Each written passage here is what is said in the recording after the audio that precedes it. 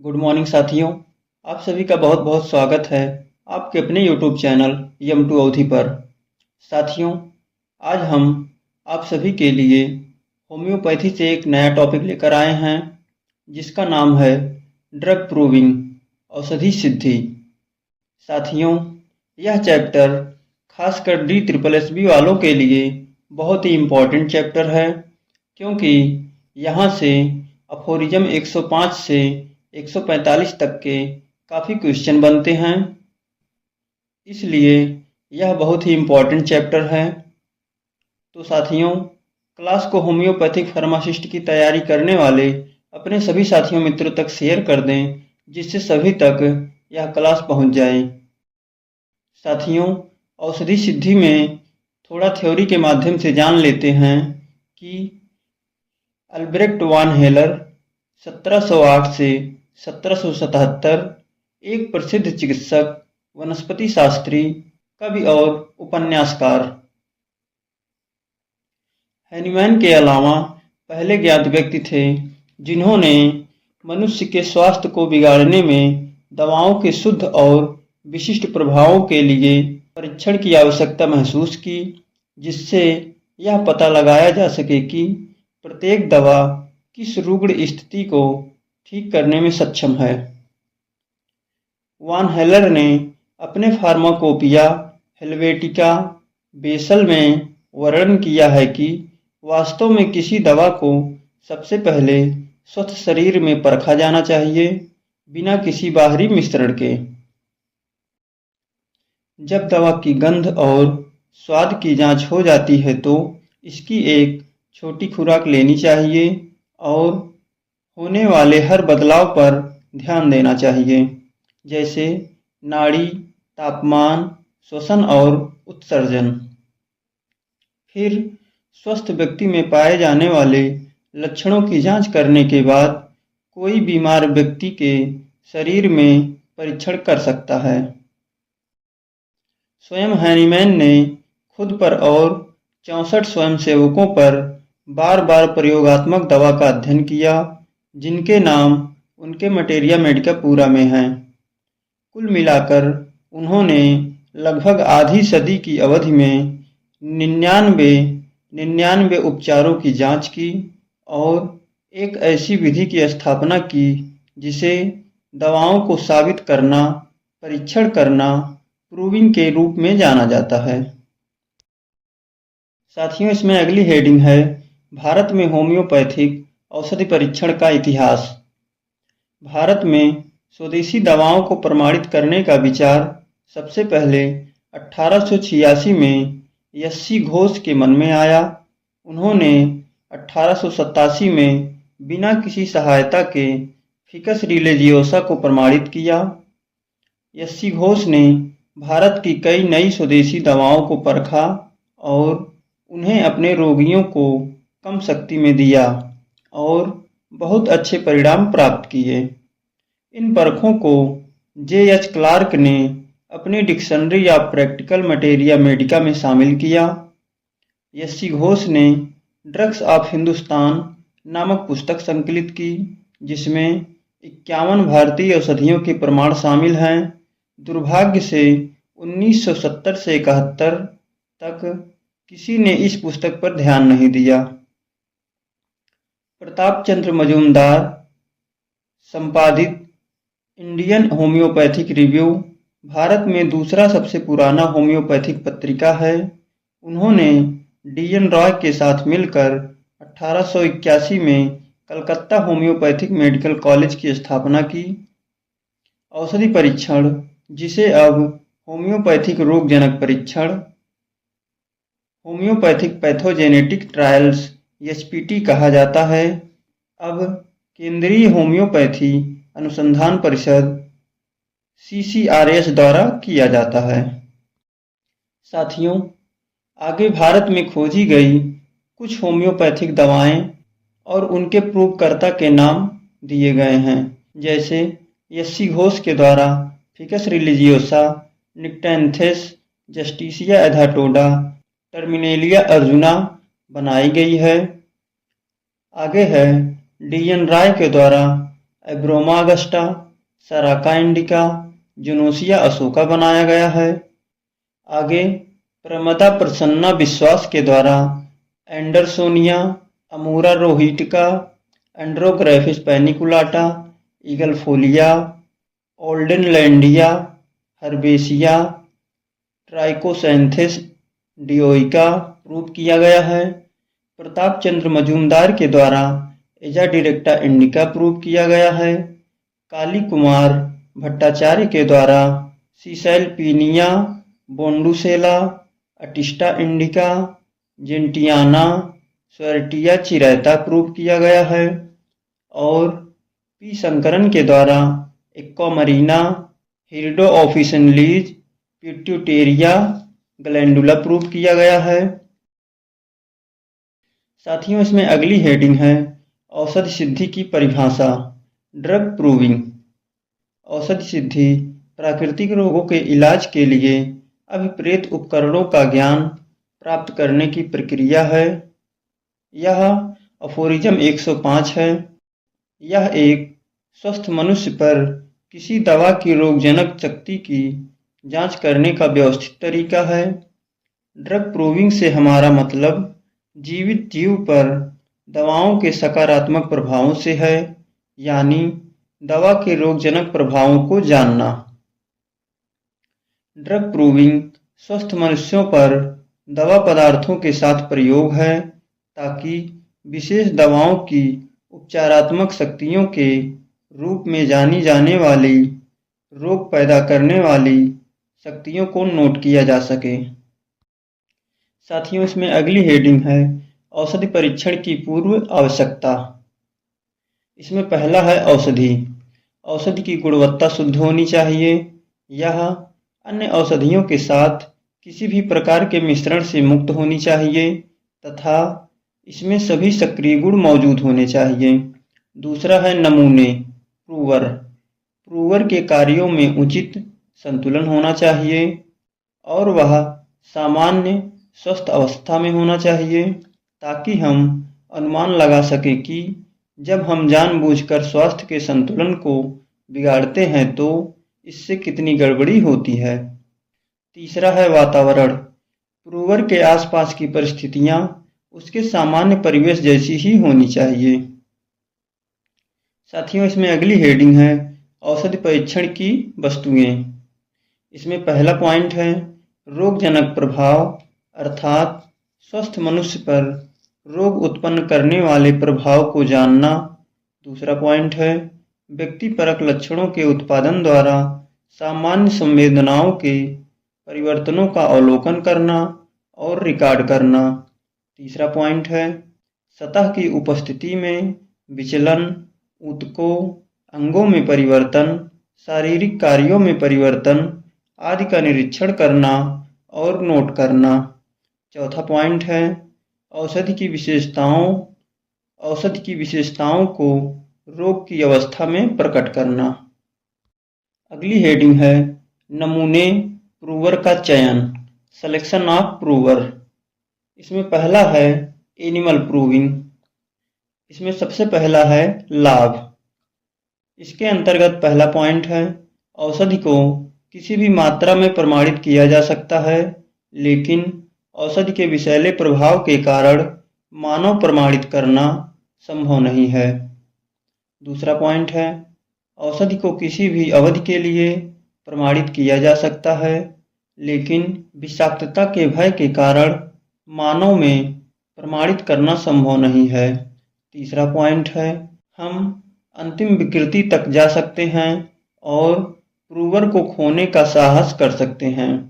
चौथा पॉइंट है अज्ञात पदार्थ के साथ परीक्षण जीवित जीव पर इसकी कार्यवाही के संबंध में पहली जानकारी दे सकती है। पांचवा पॉइंट है औषधियों की शारीरिक क्रिया का परीक्षण करना। साथियों, इसमें दूसरी हेडिंग है नुकसान। इसमें पहला पॉइंट है व्यक्तिपरक और मानसिक लक्षणों का अध्ययन नहीं किया जा सकता है क्योंकि वे बोलकर खुद को व्यक्त नहीं कर सकते हैं। दूसरा पॉइंट है लक्षण को पूर्ण बनाने के लिए तौर तरीके और सूक्ष्म संवेदनाओं का अभाव है तीसरा पॉइंट है जानवरों और मनुष्यों पर एक ही दवा का प्रभाव अलग अलग होता है। चौथा पॉइंट है जानवरों की प्रूविंग पर दवाओं के ज्ञान का उचित वैयक्तिकरण कभी संभव नहीं होता है। पांचवा पॉइंट है संवेदनशीलता और स्वभावगतता के प्रश्न को एनिमल प्रूविंग से आंकना मुश्किल है। साथियों, इसमें अगला है ह्यूमन प्रूविंग। इसमें सबसे पहला है बीमार व्यक्तियों पर परीक्षण नहीं किया जाना चाहिए। यह अफोरिज्म 107 में है। इसमें पहला पॉइंट है रोगग्रस्त अवस्था में व्यक्ति अति संवेदनशील या अल्प संवेदनशील हो सकता है और इसलिए लक्षणों की तीव्रता बढ़ाई या घटाई जा सकती है। दूसरा पॉइंट है यदि संयोगवश औषधि के लक्षण उसके रोग के समान हैं तो वह ठीक हो जाएगा या आंशिक रूप से राहत मिलेगी, ना तो रोग के लक्षण और ना ही औषधि के लक्षण बाहरी रूप से दिखाई देंगे। इसमें तीसरा पॉइंट है यदि उपयोग की गई दवा उसके रोग के विपरीत प्रकृति की है तो यह अस्थायी राहत प्रदान करेगी। चौथा पॉइंट है यदि दवा रोग से भिन्न है तो या तो कोई प्रभाव नहीं होगा या एक जटिल रोग बन जाएगा। साथियों, इसमें दूसरा है स्वस्थ मनुष्य पर परीक्षण करना। यह अफोरिज्म 108 के अंतर्गत आता है। इसमें पहला पॉइंट है व्यक्तिपरक और मानसिक उनके तौर तरीकों और सहगामी के साथ केवल मानवीय प्रमाण में ही दर्ज किया जा सकता है। दूसरा पॉइंट है ऐसे परीक्षण से हमें औषधि का शुद्ध एवं सटीक रोगजन्य प्रभाव प्राप्त होता है जो लक्षण समानता के आधार पर प्राकृतिक रोग को ठीक करने में सहायक होता है। तीसरा पॉइंट है स्वस्थ मनुष्य पर औषधि का प्रयोग प्राण शक्ति की पूर्ण क्षमता के अनुसार समुचित प्रक्रिया देता है।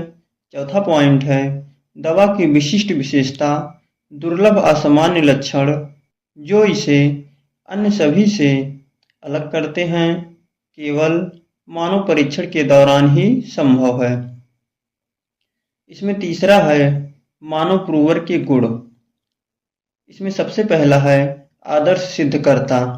एक आदर्श सिद्धकर्ता के गुण हैं जो कि स्वस्थ प्रूवर का स्वास्थ्य अच्छा होना चाहिए, वह रोग मुक्त होना चाहिए, बुद्धिमान होना चाहिए, नाजुक, चिड़चिड़ा और संवेदनशील होना चाहिए, सत्य का प्रेमी, नाजुक भावनाओं के सभी पहलुओं में संयमी, जो अपनी संवेदनाओं पर सबसे सूक्ष्म ध्यान केंद्रित कर सकता है। यह अफोरिज्म 137 के अंतर्गत आता है। इसमें दूसरा है सर्वश्रेष्ठ प्रमाणक, बेस्ट प्रूवर। यह अफोरिज्म 141 है। स्वस्थ, निष्पक्ष और संवेदनशील चिकित्सक स्वयं सर्वश्रेष्ठ प्रमाणक है। तीसरा है विलक्षण सिद्धकर्ता, इडियोसिंक्रेटिक प्रूवर। विलक्षण व्यक्ति उस पदार्थ का सर्वोत्तम संभव सिद्धकर्ता होता है जिसके प्रति वह विलक्षण होता है। इसमें चौथा है प्रूवर का चुनाव। दवाओं का परीक्षण पुरुष एवं महिला दोनों पर किया जाना चाहिए। इसमें पहला पॉइंट है पुरुष एवं महिला दोनों पर यौन क्षेत्र में उनके द्वारा उत्पन्न स्वास्थ्य में परिवर्तन को प्रकट करने के लिए। यह अफोरिज्म 127 है। दूसरा पॉइंट है पुरुष एवं महिला शारीरिक एवं मनोवैज्ञानिक दृष्टि से भिन्न होते हैं, इसलिए दोनों लिंगों के रोगों का इलाज करने के लिए हमें यौन क्षेत्र में औषधियों की रोग कारक शक्ति को जानना चाहिए। तीसरा पॉइंट है इसके अलावा कुछ बीमारियां पुरुषों के लिए विशिष्ट होती हैं और महिलाओं के लिए भी, इसलिए विशिष्ट रोगों के उपचार के लिए हमें दोनों लिंगों पर दवा परीक्षण के माध्यम से दवाओं के प्रभाव को जानना चाहिए। चौथा पॉइंट है शारीरिक बनावट, शारीरिक विकास और कार्य उम्र के अनुसार अलग अलग होते हैं। हमें अलग अलग आयु समूहों के लोगों का इलाज करना है, इसलिए हमें अलग अलग आयु समूहों में दवाओं की उपचारात्मक शक्तियों के बारे में निश्चित होना चाहिए। यह अफोरियम 135 है। पांचवा पॉइंट है, कुछ बीमारियां कुछ विशेष आयु वर्ग में अधिक पाई जाती हैं, जैसे खसरा, काली खांसी, आमवाती बुखार आदि बच्चों में आम है, जबकि प्रोस्टेट ग्रंथि का बढ़ना और मोतियाबिंद वृद्ध व्यक्तियों में आम है। छठवां पॉइंट है, संवेदनशीलता और शारीरिक चिड़चिड़ापन उम्र के साथ बदलता रहता है। इसमें लास्ट पॉइंट है, दवा परीक्षण अनेक व्यक्तियों पर किया जाना चाहिए। किसी दवा के सभी लक्षण एक ही व्यक्ति में प्रकट नहीं होते हैं, ना ही एक साथ, ना ही एक प्रयोग में, बल्कि कुछ लक्षण एक ही व्यक्ति में मुख्य रूप से एक समय में प्रकट होते हैं, अन्य दूसरे या तीसरे परीक्षण के दौरान फिर से प्रकट होते हैं। यह अफोरियम 134 है। एक दवा की संपूर्ण रोगजन्य शक्ति प्राप्त करने के लिए कई अलग अलग व्यक्तियों पर उनकी शारीरिक और मानसिक संरचना में भिन्नता के आधार पर परीक्षण किया जाना चाहिए।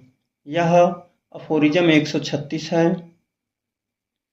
साथियों, इसमें अगली हेडिंग है, परीक्षण करने के लिए दवाओं की तैयारी की विधि। यह अफोरियम 123 है। इसमें पहला है, देसी पौधे। इन्हें ताजे निकाले गए रस के रूप में दिया जाना चाहिए तथा खराब होने से बचाने के लिए इसमें थोड़ी मात्रा में अल्कोहल मिलानी चाहिए। दूसरा है, विदेशी पौधे। विदेशी पदार्थों को पाउडर या टिंचर के रूप में ताजी अवस्था में अल्कोहल के साथ तैयार किया जाता है और बाद में एक निश्चित अनुपात में पानी के साथ मिलाया जाता है। तीसरा है, नमक और गोंद। नमक और गोंद को लेने से पहले पानी में घोल लेना चाहिए। चौथा है, शुष्क और कमजोर औषधीय पदार्थ। सूखे पौधे, जड़ी बूटियां जो केवल सूखी अवस्था में होती हैं, उन्हें छोटे छोटे टुकड़ों में काटा जाता है और उस पर उबलता पानी डालकर उसका आसव बनाया जाता है और उसे गर्म अवस्था में ही निगल लिया जाता है। इसमें अल्कोहल नहीं मिलाया जाता है। साथियों, इसमें अगली हेडिंग है, खुराक और प्रशासन का तरीका। Dose and mode of administration. इसमें सबसे पहला है, शक्तिशाली औषधियाँ, स्ट्रॉन्ग मेडिसिन्स। शक्तिशाली वीर औषधियाँ छोटी खुराक में भी स्वस्थ व्यक्तियों के स्वास्थ्य में परिवर्तन लाने के लिए उत्तरदायी होती हैं। यह अफोरियम 121 है। दूसरा है, हल्की दवाइयाँ, माइल्डर मेडिसिन। हल्की शक्ति वाली दवाइयाँ अधिक मात्रा में दी जानी चाहिए। यह अफोरियम 121 है। तीसरा है, सबसे कमज़ोर दवाइयाँ, वीकेस्ट मेडिसिन। सबसे कमज़ोर दवाइयों को स्वस्थ, नाजुक, चिड़चिड़े, संवेदनशील व्यक्तियों पर आजमाया जाना चाहिए जो रोग से मुक्त हों और बहुत अधिक मात्रा में दी जाती हैं। यह भी अफोरियम 121 है। चौथा है, प्रशासन की विधि, मोड ऑफ एडमिनिस्ट्रेशन। शक्तिवर्धक औषधियों को प्रूवर को खाली पेट प्रतिदिन 30 पोटेंसी की 4 से 6 गोलियां थोड़े पानी में भिगोकर कई दिनों तक दिया जाना चाहिए। यह अफोरियम 128 है। परीक्षण प्रयोजनों के लिए केवल शक्तिशाली गतिशील औषधि का ही उपयोग किया जाना चाहिए। पांचवा है, अस्पष्ट होने पर अधिक दवा, मोर मेडिसिन इंडिस्टिंक्ट। यदि खुराक का प्रभाव हल्का है तो प्रतिदिन कुछ और गोलियां ली जा सकती हैं जब तक कि वे अधिक स्पष्ट मजबूत ना हो जाएं। और स्वास्थ्य में परिवर्तन अधिक सुस्पष्ट ना हो जाए। साथियों, इसमें अगली हेडिंग है लक्षणों की रिकॉर्डिंग ऑफ सिम्टम्स। इसमें पहला है परीक्षण करने के दौरान दर्ज किए जाने वाले लक्षण। इसमें सबसे पहला है मादक पदार्थों को छोड़कर सभी दवाओं की प्राथमिक क्रिया द्वारा उत्पन्न लक्षण दर्ज किए जाते हैं। यह अफोरिज्म 114 है। दूसरा है मादक पदार्थों के मामले में द्वितीयक क्रिया के लक्षण दर्ज किए जाते हैं। यह अफोरिज्म 113 है। इसमें तीसरा है वैकल्पिक क्रियाएं, जो कुछ दवाइयों द्वारा उत्पन्न होती है उनको भी दर्ज किया जाना चाहिए। यह अफोरिज्म 115 है। चौथा है तौर तरीके मॉडलिटीज। यह अफोरिज्म 133 है। लक्षण के सटीक चरित्र को निर्धारित करने के लिए समय, स्थिति, मौसम आदि के संबंध में विभिन्न कारकों द्वारा लक्षणों में मामूली वृद्धि या कमी को रिकॉर्ड किया जाता है। पांचवा है सामान्य स्वास्थ्य से कोई भी परिवर्तन दर्ज किया जाना चाहिए। यह अफोरिज्म 138 है। छठवां है बीमार व्यक्तियों पर सिद्ध करना। यह अफोरिज्म 142 है। लक्षण जो बीमारी के दौरान देखे गए हों या पहले कभी नहीं देखे गए हों, फलस्वरूप नए दवाओं से संबंधित लक्षण। साथियों, इसमें दूसरा है उपरोक्त लक्षणों पर ध्यान कैसे दें। इसमें पहला है साक्षर प्रमाणक लिटरेट प्रूवर। यह अफोरिज्म 139 है। उसे दवा के सेवन के बाद उस समय अनुभव की जाने वाली संवेदना, पीड़ा, दुर्घटनाएं और स्वास्थ्य में होने वाले बदलावों को स्पष्ट रूप से दर्ज करना चाहिए। प्रयोग समाप्त होने के तुरंत बाद चिकित्सक प्रयोगकर्ता की उपस्थिति में रिपोर्ट को देखता है। यदि परीक्षण कई दिनों तक चलता है तो वह ऐसा हर दिन करता है, ताकि हर परिस्थिति की प्रकृति के बारे में उससे सवाल करने के लिए सब कुछ उसकी स्मृति में ताज़ा रहे। दूसरा है अनपढ़ प्रमाणक इलिटरेट प्रूवर। यह अफोरिज्म 140 है। यदि प्रूवर लिख नहीं सकता है तो चिकित्सक को लक्षणों की प्रकृति और उनके प्रकट होने के तरीके के बारे में प्रतिदिन पूछताछ करनी चाहिए। तीसरा है चिकित्सक स्वयं प्रमाणक हो, फिजिशियन इज प्रूवर। यह अफोरिज्म 141 है। जब चिकित्सक स्वयं प्रमाणक है तो रिकॉर्डिंग अधिक सटीक होगी। साथियों, इसमें अगली हेडिंग है परीक्षण के दौरान बरती जाने वाली सावधानियां। इसमें सबसे पहला है दवा के संबंध में। इसमें पहला पॉइंट है प्रमाणित की जाने वाली औषधियां सुप्रसिद्ध होनी चाहिए तथा उनकी शुद्धता, वास्तविकता और ऊर्जा पूरी तरह से सुनिश्चित होनी चाहिए। यह अफोरिज्म 122 है। इसमें दूसरा पॉइंट है इसे पूर्णतया सरल शुद्ध रूप में लिया जाना चाहिए। यह अफोरिज्म 123 है।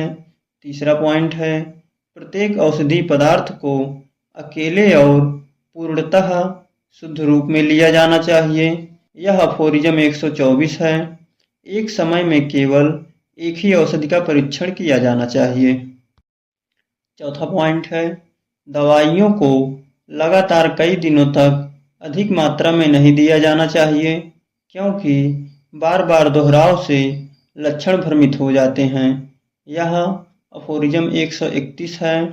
पांचवा पॉइंट है दवाओं की बड़ी खुराक के प्रशासन से बचना चाहिए, क्योंकि वे द्वितीयक प्रतिक्रिया लाते हैं, लेकिन प्राथमिक लक्षणों की जल्दबाजी में उपस्थिति अध्ययन के लिए अनुपयुक्त है।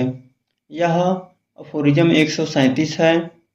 इसमें दूसरी हेडिंग है प्रमाणक प्रूवर के संबंध में। इसमें सबसे पहला है औषधि प्रतिबंध, इसे अफोरिज्म 124 कहते हैं। जिन पदार्थों में कोई औषधि गुण हो उन्हें उसी दिन नहीं लेना चाहिए, ना ही बाद के दिनों में, ना ही उस पूरे समय के दौरान जब हम दवा के प्रभावों का निरीक्षण करना चाहते हैं। इसमें दूसरा है आहार प्रतिबंध। यह अफोरिज्म 125 है। परीक्षण के दौरान आहार पूर्णतः पौष्टिक एवं सादा होना चाहिए।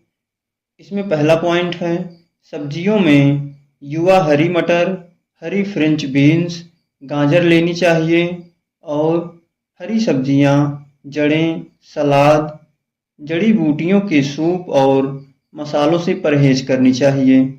इसमें दूसरा पॉइंट है प्रयोग के दौरान चाय, कॉफ़ी, शराब से बचना चाहिए।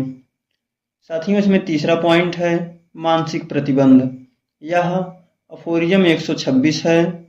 इसमें पहला पॉइंट है उसे मन और शरीर के सभी प्रकार के अति परिश्रम, अपव्यय और अशांतकारी वासनाओं से बचना चाहिए। दूसरा पॉइंट है उसका ध्यान भटकाने वाला कोई अत्यावश्यक काम नहीं होना चाहिए। तीसरा पॉइंट है उसे स्वयं को सावधानीपूर्वक आत्मनिरीक्षण में लगाना चाहिए तथा ऐसा करते समय विचलित नहीं होना चाहिए। अगला पॉइंट है उसके पास पर्याप्त मात्रा में बुद्धि होनी चाहिए ताकि वह अपनी संवेदना को सटीक शब्दों में व्यक्त कर सके। साथियों, इसमें अगली हेडिंग है बड़ी और मध्यम खुराक के उपयोग के सापेक्ष दोष और गुण। यह अफोरिज्म 137 है। इसमें सबसे पहला है अत्यधिक बड़ी खुराक के उपयोग के नुकसान।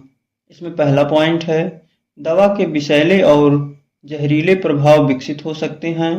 दूसरा पॉइंट है दवा की प्राथमिक क्रिया इतनी हड़बड़ी में और भ्रम के साथ प्रकट होगी कि कुछ भी ठीक से देखा नहीं जा सकता है।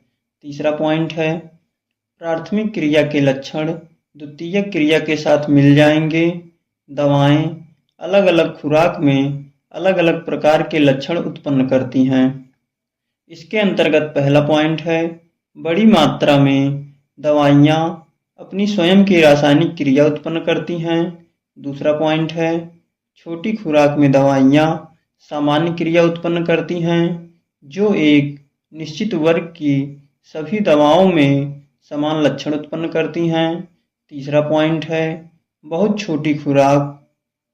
छोटी खुराक में ये विशिष्ट क्रिया उत्पन्न करते हैं जो औषधियों के विशिष्ट लक्षणों को प्रकट करती हैं। इसमें दूसरा है मध्यम खुराक का उपयोग करने के लाभ। इसमें पहला पॉइंट है प्राथमिक क्रिया के लक्षण अधिक स्पष्ट रूप से देखे जाते हैं। दूसरा पॉइंट है प्राथमिक क्रिया के लक्षण द्वितीयक क्रिया के लक्षणों या प्राण शक्ति की प्रक्रिया के मिश्रण के बिना घटित होते हैं। साथियों, यह चैप्टर यहीं पर समाप्त होता है।